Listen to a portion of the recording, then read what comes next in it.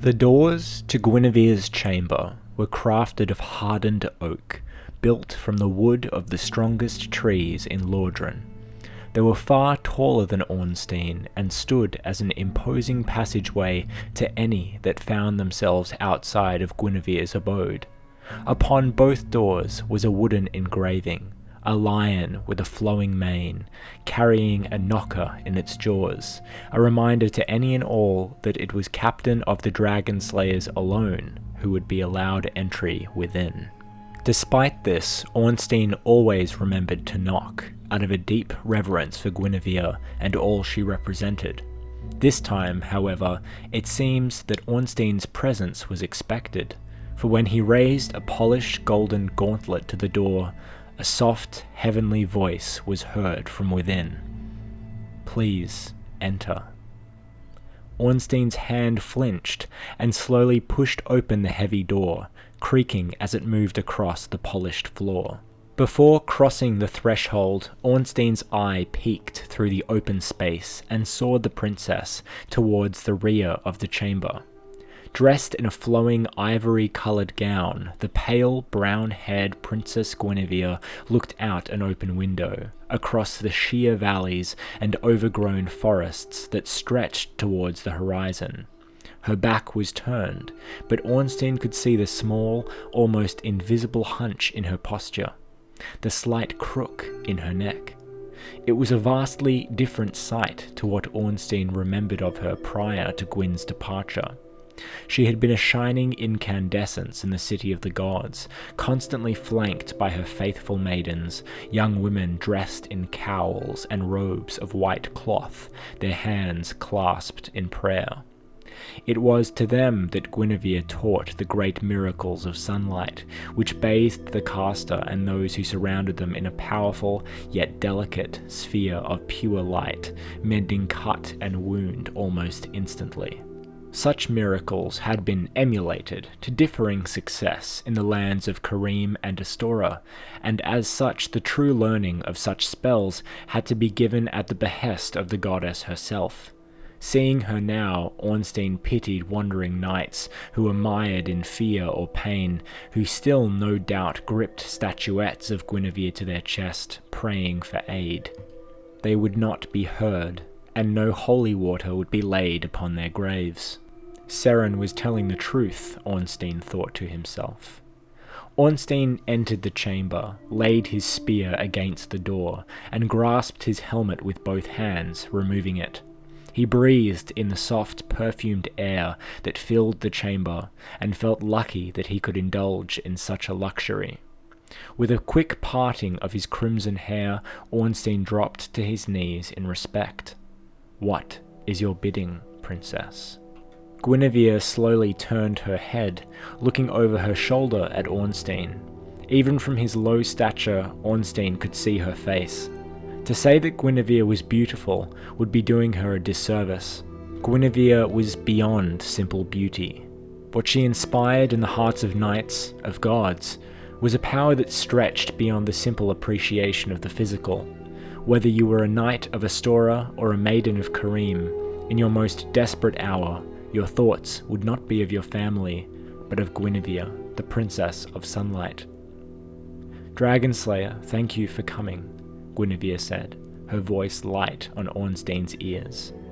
Ornstein lowered his head even more. "Of course, princess." "Please rise." When Ornstein stood, still at attention, Guinevere was facing him.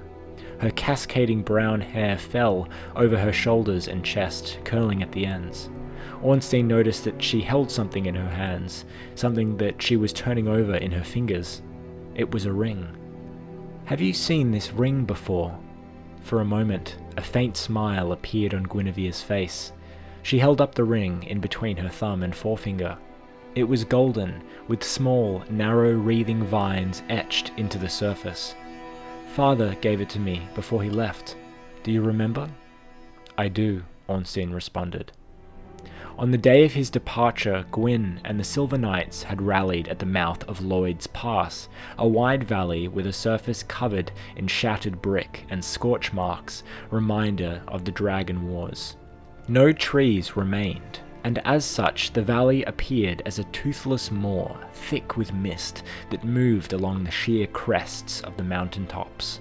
Once the knights were assembled, Gwyn stepped forth, his sandaled feet kicking up ash from the ground. He turned to his men and spoke.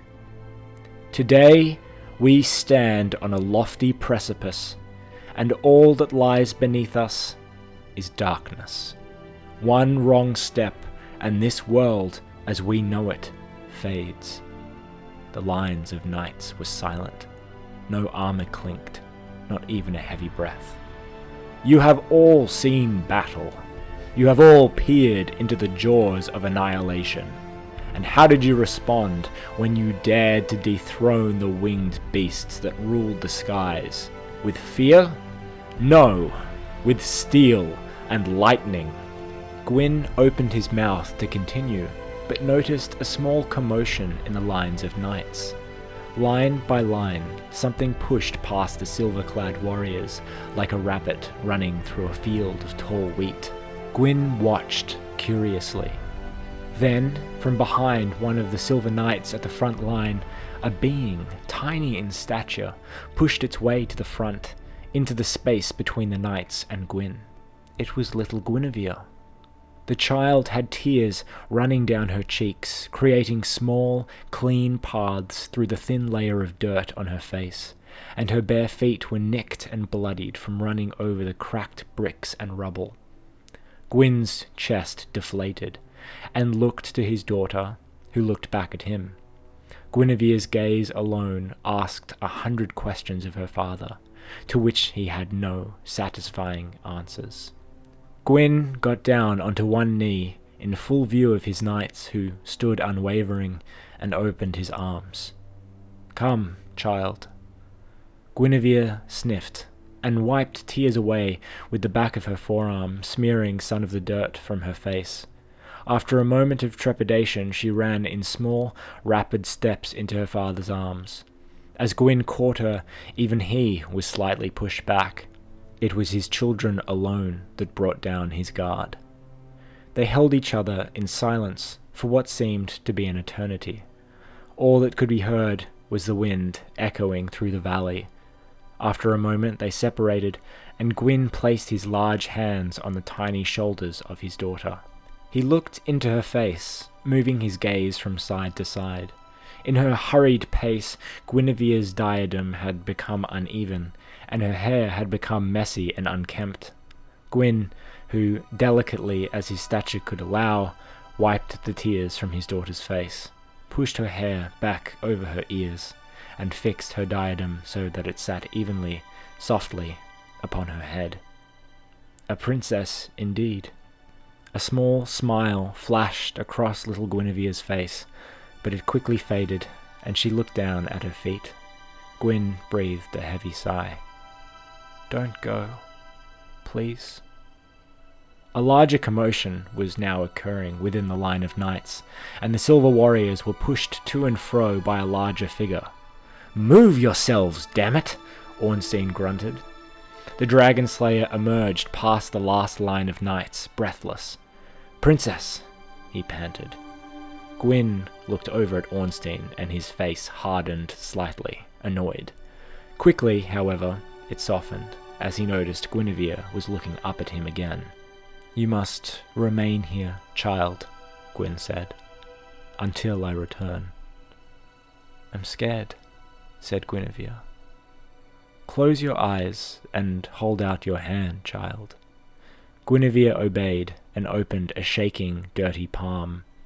Slowly, Gwyn twisted a small golden ring off his forefinger and put it in Guinevere's palm. Her hand stopped shaking. "It's warm." "Open your eyes," said Gwyn. Guinevere slowly opened her eyes and peered at the ring in her hand, examining the wreathing vines etched into its surface. She tried putting it onto one of her fingers, but it was too big, and spun around her small digit like a toy. "Whenever you feel alone, or miss your father's embrace, hold this ring tightly, and you will feel the warmth of the sun, your birthright." Ornstein could see that Guinevere's disposition had changed after receiving the ring. It had calmed her, had stilled the churning waters of her heart. Now, go with Ornstein. He will watch over you while I am gone. Little Guinevere looked at Ornstein, and a bond was formed. Both had been tied to a destiny that they didn't choose, that they didn't want, but it was what it was. Ornstein had watched Guinevere grow since that day from a girl to a woman. She had shown strong leadership qualities that those she inherited from her father over the years, but today Ornstein sensed the little girl still inside her. Guinevere's smile faded, and she looked back out the window behind her. Father's form has obscured. I no longer sense his presence as I once did. This ring, which was once brilliantly warm to the touch, is cold in parts. Ornstein did not know what to say. It had been a long while since he had considered Gwyn's success or failure. Gwyn had given Ornstein a duty to perform to his last breath. If he had failed, were they all to wait until the very end, to perish in their halls? Ornstein, I have made a decision. I will leave Anor Londo. Ornstein's expression changed to one of confusion. Leave? I must protest, Princess. Your father... Guinevere held up her hand to Ornstein. She had expected a measure of resistance from him. The ones who have remained here, Quella, Zinder, Caffrey, we have all agreed upon this. I will not rot in this city. Guinevere looked up to the beautiful craftsmanship of the ceiling, with reliefs and marble work so carefully considered many years ago. I will not let this place become my tomb. Guinevere levelled her piercing gaze to Ornstein's. Captain Ornstein, faithful protector, bane of dragons, I hereby release you from your duty to me. Ornstein felt faint. His knees almost buckled from underneath him. It felt like weighty iron chains had been lifted from his shoulders, but another feeling quickly filled this void. It was dread. I don't... Guinevere took a heavy sigh. There is something elsewhere. I sense my destiny has not yet revealed itself. I think I can still do some good in this dying world. Ornstein was still reeling from Guinevere's words. What would he do next? Where would he go? For years, Ornstein had focused his mind on his task, abandoned all want that he had for the outside world. Any dream he had was cast aside so he could do his duty. Before this meeting, Ornstein felt a certain security in his situation, despite its constraints.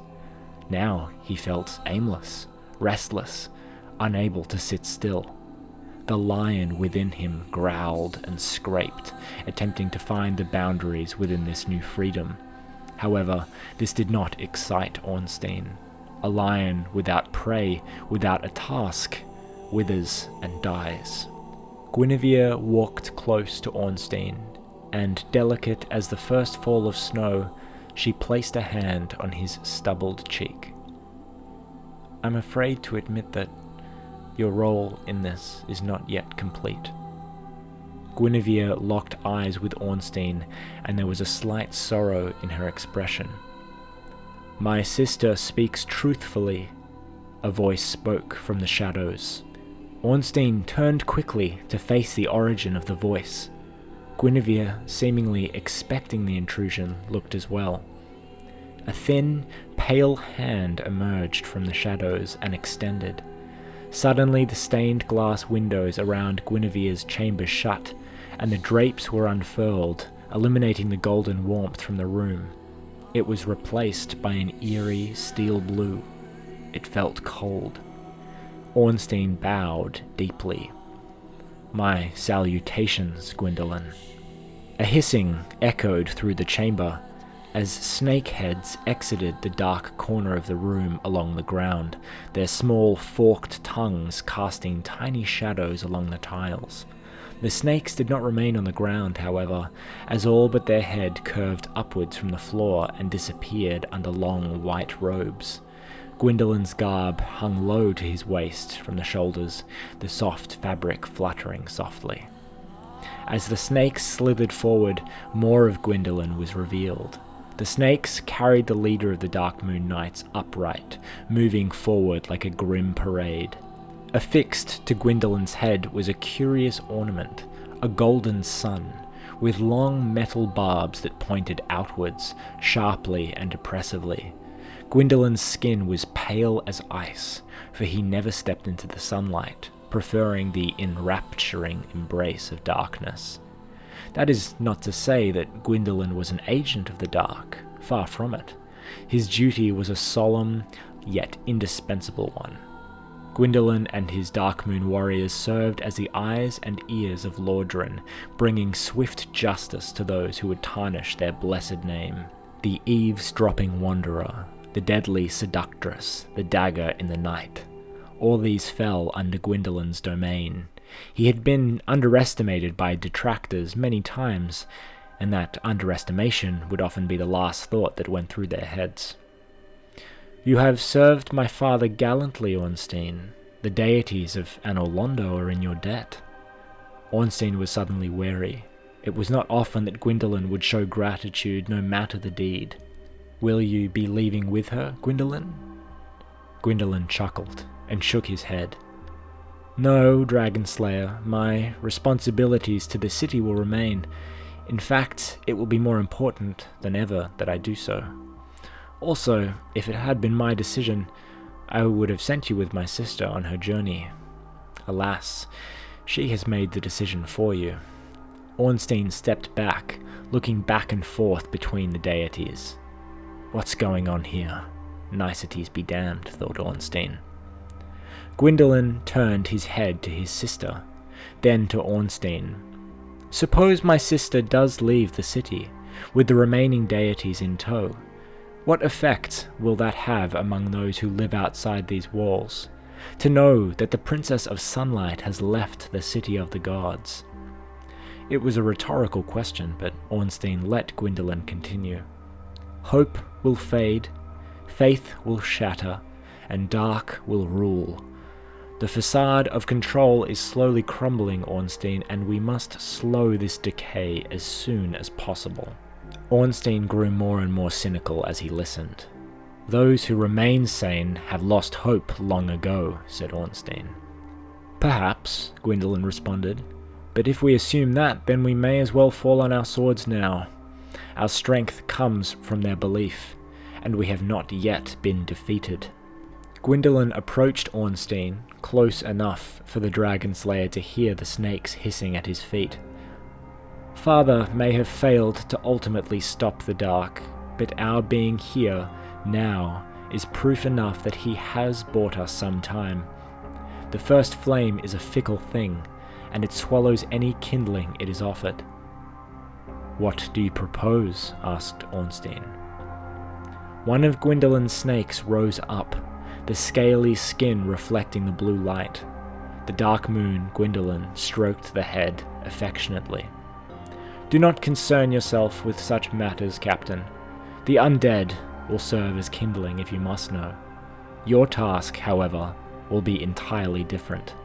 Gwendolyn pushed the snake back down, and Ornstein, for a moment, locked his gaze with that of the serpent. The stare was cold and without emotion. Calculating beings, he thought, beyond the scope of human understanding. "I respect my sister's wish to leave. She has been a captive of this chamber for long enough," said Gwendolyn. "However, there is a complication." Gwendolyn always moved with confidence, unmatched even by the strongest knights. He saw himself as untouchable, unmatchable, and with good reason, given the forces that stood between him and any that would challenge him in single combat. Now, however, Ornstein could see his confidence shaking, an almost invisible crack within the Dark Sun's core.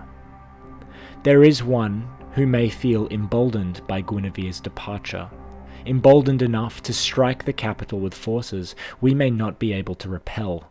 Gwyndolin turned to Ornstein, the one who has become nameless. Ornstein felt a chill run up his back. The firstborn. Ornstein's gaze fell to the floor, his mind a confused mix of speechlessness, disbelief, and indeed, memories. Memories of the dawn rising, of first light warming Ornstein's bare chest, sweat running down his brow, armed with nothing but a training staff, sparring with his old mentor, master and apprentice. Before Ornstein had been given the cognomen Bane of Dragons, he was nothing more than a boy. Those sessions were long and grueling, often ending with broken bones, bruises, and cuts covering Ornstein's body. But it was not for naught, as his master would tell him. A dragon fears not the knight in shimmering armor, but that of one covered in blood, with rage in his eyes. It was a lesson that Ornstein had tried not to forget, but alas, glory had been a double-edged blade. The master would no longer recognize Ornstein, should he be seen now, clad in the rewards of victory. Gwyndolin had been regarding Ornstein in his state, noticing the shallow, quickened breath. He glanced at Guinevere with a look that could have asked, "Is he capable?" Ornstein, we have relied upon you for your service to the princess, certainly, but also because you have acted as a deterrent. You are one he would not rise against, certainly not without considerable numbers. A deterrent? Asked Ornstein. Gwyndolin continued. Whether he respects you or fears you, he has not struck yet. He is a brother to Guinevere and myself, yet you knew him better than any of us. My eyes and ears throughout the land have been following his tracks for some time, trying to understand his movements. Ornstein looked up. You know where he is? Where? Gwyndolin began to move back and forth as if he were pacing. He looked frustrated. Against any method of understanding, it seems that he has vanished. We know not where he has gone. Leads have gone cold. Spies have gone missing. A great threat to this city is at large. Ornstein was aghast that Gwyndolin seemed to know so much. Perhaps he should not have been surprised, but it was remarkable all the same. Ornstein's mentor had become a ghost of the past to him, a spectre that begged too many questions, all questions that Ornstein believed would never be answered. Ornstein, Gwyndolin began. For the princess's safety and for the safety of Anolondo, I ask that you find the firstborn and put an end to him. Silence fell over the chamber. Ornstein could only hear his heavy, uneven breathing and his racing heart. Gwyndolin continued, perhaps unaware of Ornstein's reaction, or perhaps he simply did not care. I have information regarding his movements, as I mentioned. It is possible, though unlikely, that the agents of the Dark Moon may have missed something pertaining to my brother's location, something that you may be able to find. Ornstein's confusion began to turn to frustration, bubbling within him, threatening to burst in the company of deities. You want me to kill him? I'm no assassin, Gwyndolin. Gwyndolin began to move closer to Ornstein. Perhaps not, but you have a privilege that none of my warriors possess. He trained you. He molded you. Gwyndolin was right in front of Ornstein, so close that Ornstein could see his own warped reflection in the brilliant golden mask. My brother took a boy of poor birth and created a warrior without equal, a lion on hind legs. My sister may have released you of your duty to her, but I still rule in my father's absence, and this is my order to you. Ornstein turned to Guinevere and saw emptiness in her gaze. This had been a scheme long considered, and any of Ornstein's reactions would have not shocked either deity. Guinevere also approached Ornstein with small, nervous steps. I know we ask very much of you. She stopped. While Guinevere stood as a pillar of strength within the city of the gods, she saw through the thin veneer of authority and duty. They were discussing fratricide, the murder of one's kin. Guinevere's expression began to harden, something that Ornstein had not seen in years. But there will be no peace while our brother lives. Every day his forces grow, drawing more to his cause. Gwyndolin nodded, agreeing. Everything we stood for and fought for could be crushed by his will alone. He must be found and dealt with. Perhaps Ornstein had seen it before anyone else, had noticed the changes in the firstborn. Perhaps the first sign was on those battlefields of old. Past, shaky recollections of fire, blood, and war. There were moments that remained crystal clear in Ornstein's mind. The gift of lightning had changed the war permanently. Humans and gods were no longer helpless masses on the scorched earth. They could move offensively against the rulers of the skies. Arrows and lightning bolts would pierce the flying wings of the beast, bringing the enormous beasts crashing to the ground. This would not be the end of the foray, however. The dragons had to be fought and finished face to face. Towards the end of the war, one battle had never been forgotten by Ornstein, for it held the first clues into the firstborn's betrayal, and it would aid him in his new hunt. So everybody, thank you for listening once again. That was part 2 of Ornstein's Duty. I am planning on continuing it to its very end, as many of you will know. So yeah, let me know how you felt about it in the comments. Any improvements or suggestions that you can make would be very useful. Also, if you are a $10 or more pledger to my Patreon, you do have the ability to let me know the videos that you'd like me to do as a community video on certain topics over the next couple of months. So if you haven't let me know what you want me to do yet, let me know so we can get that going and see which videos we're going to go with. But until then, take it easy. Bye.